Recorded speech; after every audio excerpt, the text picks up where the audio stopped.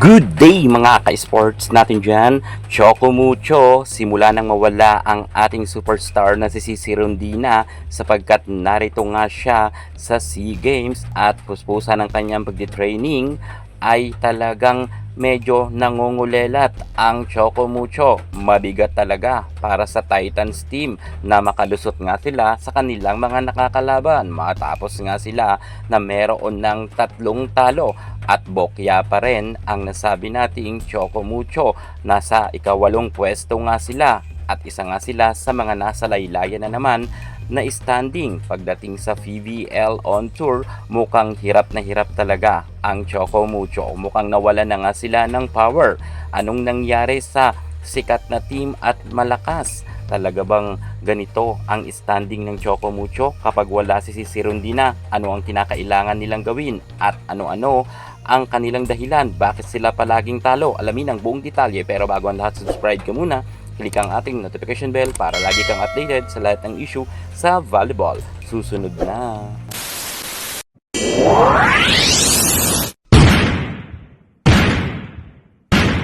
Ang daming mga fans ng Choco Mucho na nalulungkot sapagkat lumagapak na nga sila sa ika-8 pwesto. At hanggang sa kasalukuyan ay mukhang nangangamote pa rin ang kupunan nga ng Titans. Ano ang mga nangyayari ngayon pagdating dito sa Choco Mucho? Siguro isa na dito ay medyo hindi sila nakarecruit ng mga malalakas na spiker. Lalo't ang karamihan ng mga players ng Choco Mucho ay dumaan nga rin sila sa injury at mukhang nagpapahilom pa ang ibang mga star players nila. Subalit pagdating talaga sa Choco Mucho ay mukhang hindi nga sila pinaporma ng nasabi nating team ng Akari Chargers. Mukha talaga kasing hirap na hirap sila kahit sa PLDT. Well, malakas naman talaga kasi ang PLDT at ang Akari Chargers ay medyo nag-level up na rin ang kanilang kagalingan at lalo't nahirapan nga sila ang Choco Mucho dahil wala nga ang kanilang superstar na si Cici Rondina dahil ito nga ay nasa beach volleyball kasama nga ang star player rin ng Creamline Cool Smashers na si Bernadette Fons. Kaya pagdating dito sa PVL on Tour 2026 ay pinagbigyan nga dito ang ibang mga K-players na maging starting player dito sa Choco Mucho. Ngunit sa kasalukuyan ay tila ba hindi pa rin makaporma ang mga star players ng Choco Mucho. Kinakailangan talaga mayroon mag-level up na players ng Choco Mucho kung gusto nga nilang magkaroon ng kahit isang panalo.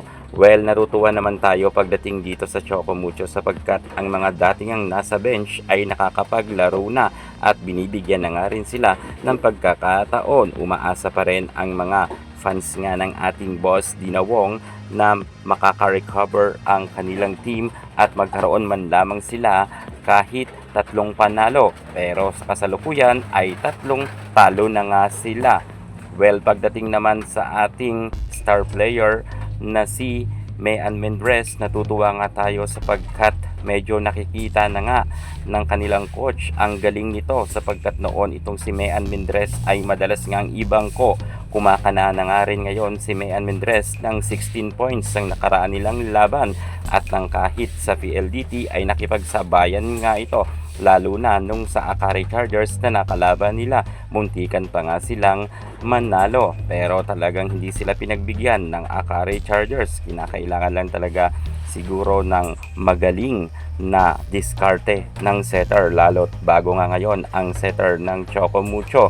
Siguro kinakailangan muna talagang ipasok nila ang kanilang star players na si Boss Dina Wong, ang mga di-kalibre nilang mga veterana na players para naman medyo umangat-angat ang kanilang standing sapagkat ngayon ay kasama nga nila ang nasabi nating Solar Spikers na nasa laylayan na pwesto.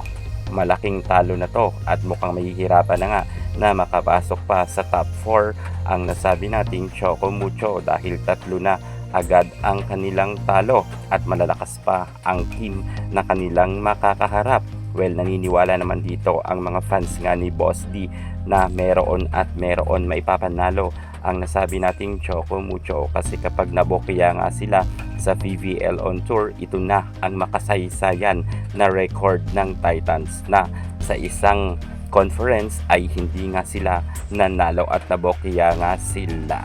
Kahit bokya nga ngayon at wala pang ipapanalo ang team ni Boss D, umaasa tayo na sa susunod na game babawi sila.